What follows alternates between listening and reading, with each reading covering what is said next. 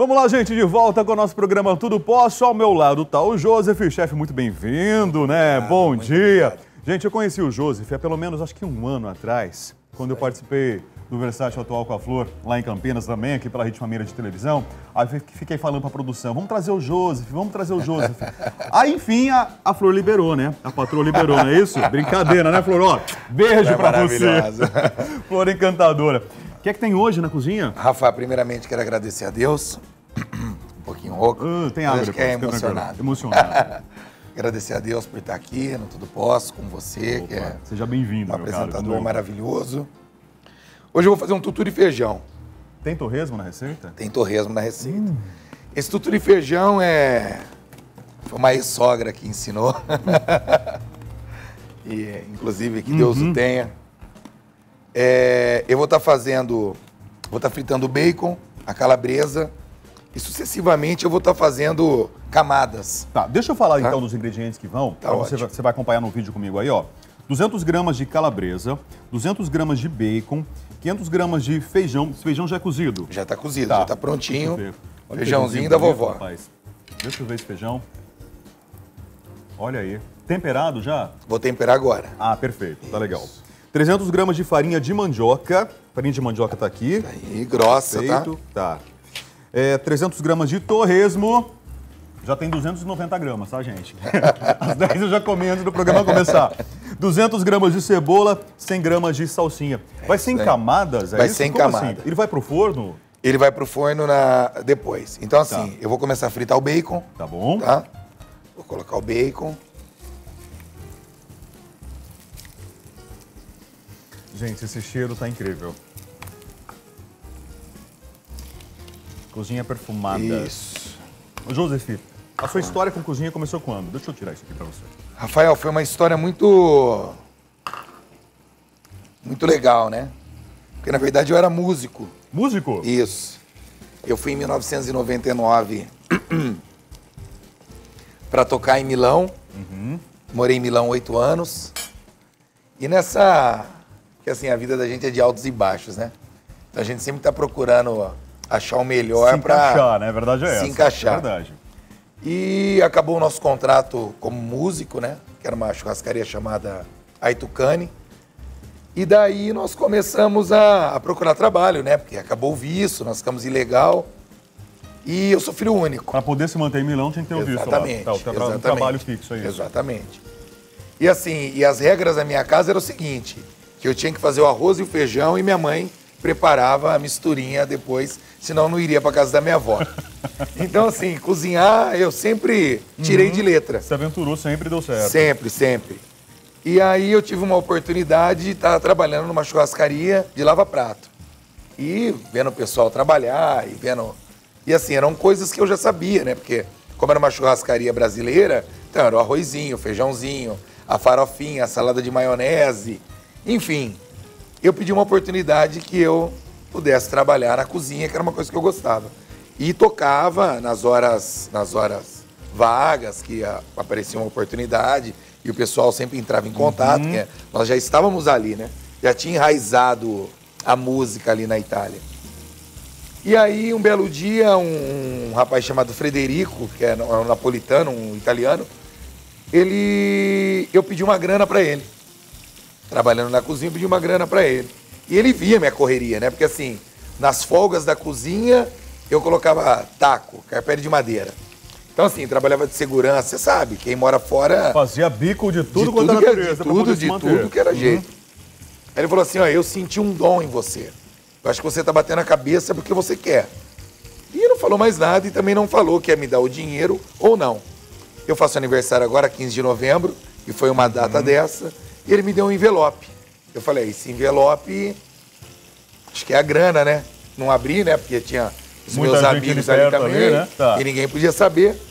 Ele tinha me dado uma inscrição de uma universidade chamada Bocconi, em Milão, que é uma universidade de culinária. E aí começou. Aí fiquei 40 dias, aí fui me profissionalizar. Aí eu fiquei trabalhando, apareceu uma oportunidade em Lecce, na Puglia, que é assim, na bota da Itália. Eram 6.000 pessoas dentro desse camp. E aí Não parei, nunca mais pus a mão no pandeiro. Era pandeiro. Eu ia perguntar qual era o instrumento que você agitava. Nunca mais pus a mão no pandeiro e tô aqui até hoje. Montei o meu buffet. Agora ele faz barulho na cozinha, gente. Olha esse tch do bacon fritando. É esse agora os tons da música. Gente, ó, o Joseph, ele vai ficar com a gente o programa inteirinho, tá? A gente vai ficar acompanhando a preparação desse tutu que ele vai preparar pra gente hoje. Olha, eu tenho certeza que você vai gostar. Eu não tenho dúvida. Foi uma receita gente, muito... Torresmo. Calabresa, o bacon aqui, perfeito. Ó, então vamos lá. Só recapitula pra gente. Fritando o bacon, perfeito. Fritando o bacon. Pra você poder temperar o feijão? Não. O bacon vai ser as camadas tá legal. Da onde eu vou fazer com o feijão. Bom, perfeito. Joseph, fique em casa. Ótimo. Por favor, tá? Obrigado. Divirta-se aqui na cozinha. Deixa comigo. Daqui a pouco eu volto. Tá ótimo, certo? obrigado. Chefe Joseph com a gente hoje, então, no comando da cozinha do Tudo Posso. Ó, gente, segunda-feira é feriado, tem programa sim, tá? Estaremos aqui, eu e a Maria Cândida, fazendo um programa especial demais para comemorarmos o Dia das Crianças. A gente vai ter arte em balões, vai ter um caricaturista, vai ter musical também. E o Rafael, esse que vos fala, estará vestido de um jeito diferente. Surpresa ainda. Embora, acho que eu vou quebrar essa surpresa amanhã. Pode, produção? Não. Isso, deixa eu quebrar. Amanhã eu vou postar uma foto no meu Instagram. Já que a gente vai falar sobre redes sociais hoje, amanhã eu posto uma foto no Instagram, Rafael Faria TV. Só me seguir lá para você ver, então, o que é que eu vou aprontar no programa dessa segunda-feira. Então não perca a segunda, programa especial demais para comemorarmos o Dia das Crianças, dia 12 de outubro, o meu dia. Eu sou uma eterna criança. Dr. Lucas, bom dia. Bem-vindo. Fique à vontade, o Dr. Lucas já é de casa, né, gente? E hoje nós vamos novamente abordar o direito dos empregados domésticos. A gente não pode falar só empregada doméstica, né, Dr. Lucas? Não podemos. Na realidade, são os domésticos, né? Porque são vários gêneros que nós temos. Temos a pessoa que pode ser uma babá, que pode ser um caseiro, enfim, todos eles estão intimamente ligados e são domésticos.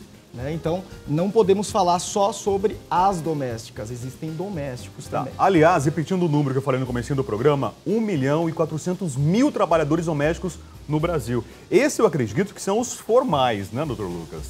Ainda temos os informais, exatamente. Né? E a lei que foi aprovada agora, em junho, está em vigor desde 2 de junho, ela possibilita também o aumento da informalidade. Que existem alguns requisitos, algumas determinações que estão na lei que dão aso, que dão abertura para que as pessoas vivam e permaneçam paralelas à lei, marginais à lei. Doutor Lucas, me preparando para poder desenvolver essa conversa contigo aqui, eu acabei me deparando com a seguinte realidade, né? Os trabalhadores comemoraram, sem dúvida alguma, essa conquista. Era uma PEC, virou lei, perfeito, tá aí, já está em vigor, perfeito. Por outro lado, os empregados, os patrões, os empregadores, os patrões já estão com a pulga atrás da orelha. Justamente porque a gente vive um momento difícil no nosso país, momento de uma crise econômica aí que a gente infelizmente não sabe até onde vai. E aí vem uma lei onerosa para o empregador. Exatamente. Sem prejuízo de outros dispositivos da lei, nós temos agora o simples, muita gente chama de super simples doméstico, e ele veio realmente para onerar. Porque, primeiro, que quem está no âmbito da residência, quem tem algum empregado ou empregada doméstica, é uma pessoa que não tem muita condição. Então já fica difícil pagar o salário e agora a tributação aumentou. Além do INSS, que era obrigatório, passa a ser obrigatório o fundo de garantia, de 8%. O recolhimento previdenciário do INSS caiu de 12% para 8%.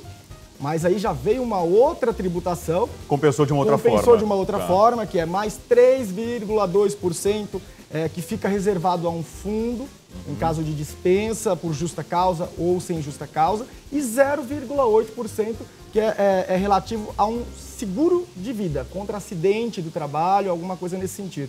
Então, acabou que onerou muito. Então, para você ter um empregado doméstico hoje, precisa pensar duas vezes, porque a renda da família que está em crise não aumentou e a tributação aumentou. Tá, nós vamos continuar a conversa. Antes disso, deixa eu abrir de novo o WhatsApp para você que está em casa acompanhando o nosso programa. 0 operadora 11 944 94 50 23. Pode mandar para cá a sua perguntinha, o seu questionamento. Afinal, esse assunto interessa a muita gente. Dúvida, com certeza, nós temos aos montes. E, doutor Lucas, quando a gente fala em simples doméstico, por que simples? Qual que é essa classificação? A classificação foi com o intuito de simplificar, na realidade, o recolhimento.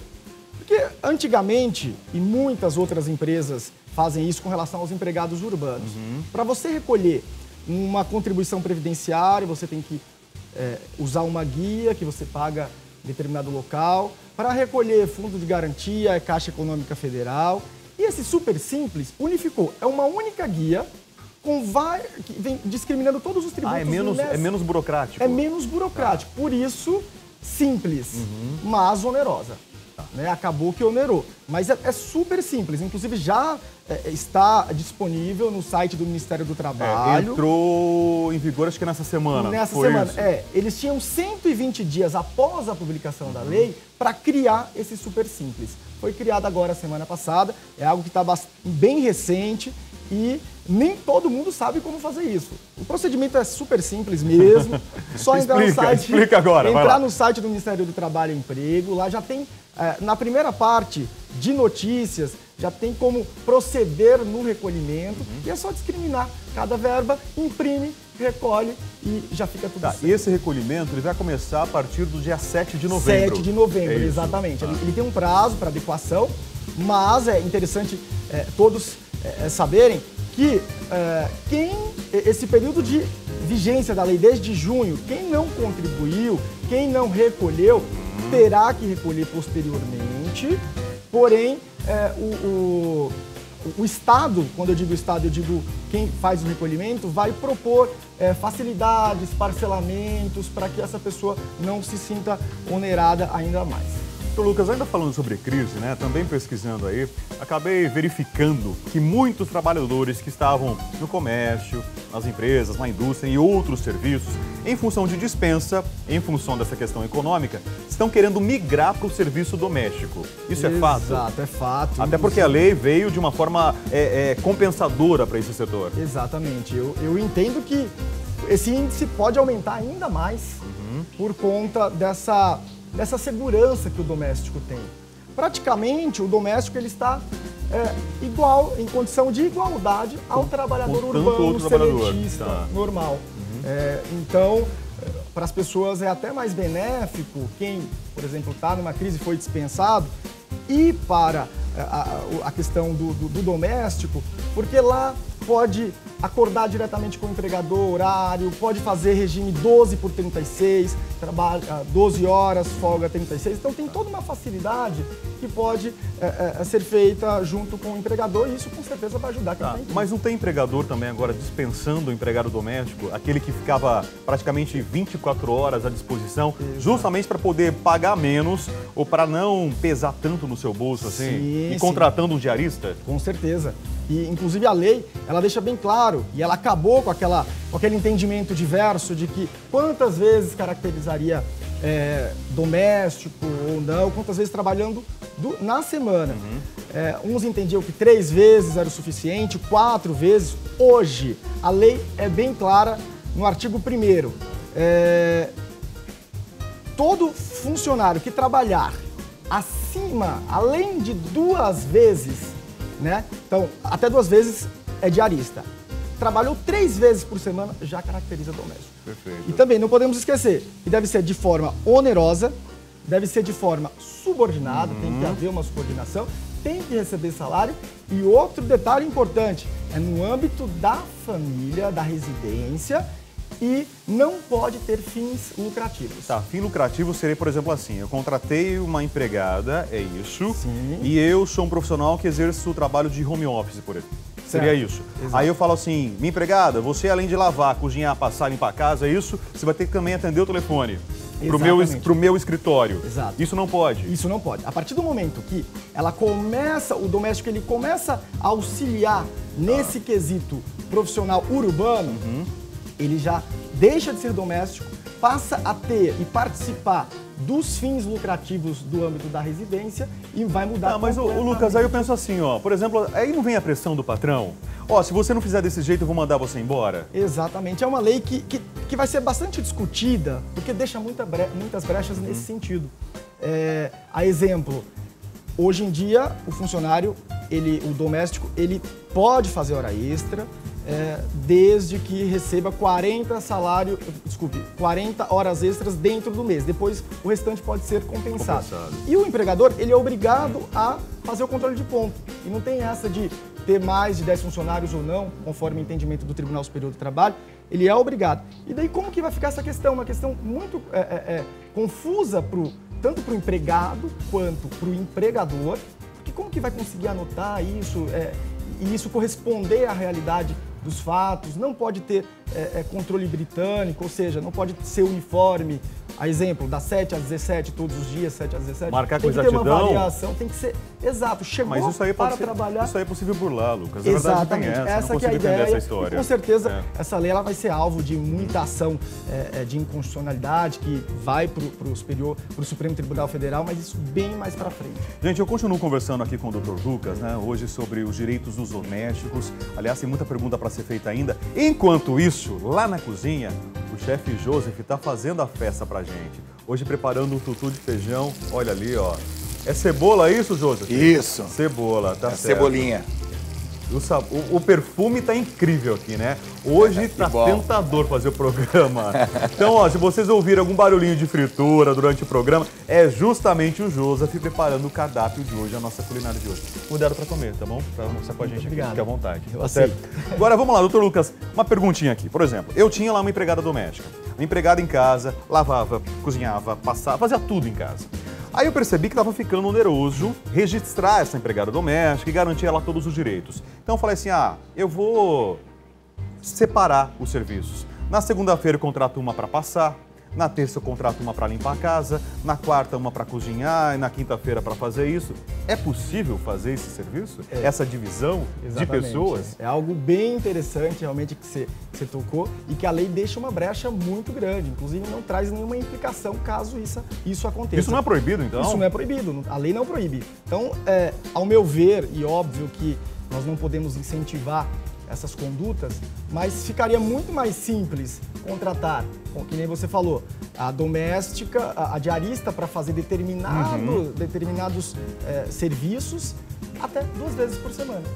E aí isso não caracterizaria um vínculo diarista 2 vezes por semana. Até 2 vezes por 3 semana. vezes. 3 vezes é doméstico. Já tem o vínculo. Isso, exatamente. A lei é bem clara. 2 vezes é diarista. Então, é possível, sim, colocar uma diarista a cada semana, no máximo 2 vezes por semana.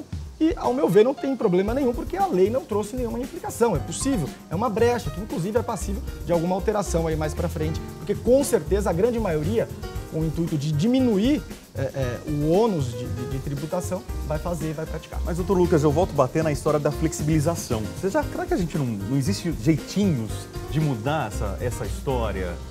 De um acordinho que a gente consegue fazer entre o patrão, o empregado ali?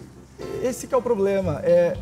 Realmente essa questão do acordo vai ter muito esse jeitinho, porque não vai ser algo que vai refletir, vai ter a questão do empregador que ele tem autoridade, ele tem poder diretivo.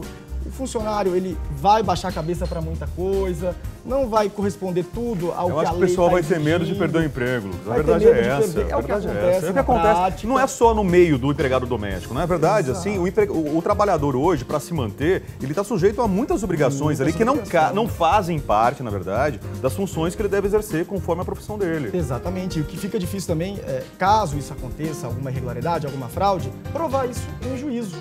Quando o trabalhador ele vai para a Justiça do Trabalho e tenta provar que fazia hora extra, que aquele horário não refletia a realidade, ele precisa de uma testemunha.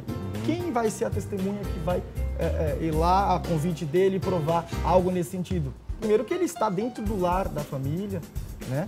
E não vai ter ninguém, o filho do proprietário, a esposa não vai depor a favor, então vai ser difícil fazer prova nesse sentido. É bem complicado. Realmente. Doutor Lucas Reis vai continuar com a gente aqui. Nós vamos para um rápido intervalo. O Tudo Posso vai voltar daqui a pouquinho. Ainda hoje, nós vamos saber como fazer sucesso nas redes sociais, a importância do YouTube, do Facebook, do Instagram, do Twitter, na nossa vida, como ter mais seguidores, como ter mais curtidas e também como ganhar dinheiro, né, gente? O pessoal hoje quer ganhar dinheiro nas redes sociais. Será que isso é possível? Daqui a pouquinho, então, a gente volta com o Tudo Posso de hoje. Saboroso, o estúdio hoje está perfumado, afinal, o chefe Joseph está lá, né? Comandando a nossa cozinha e hoje tem tutu de feijão. Olha que maravilha. Daqui a pouco a gente volta, então.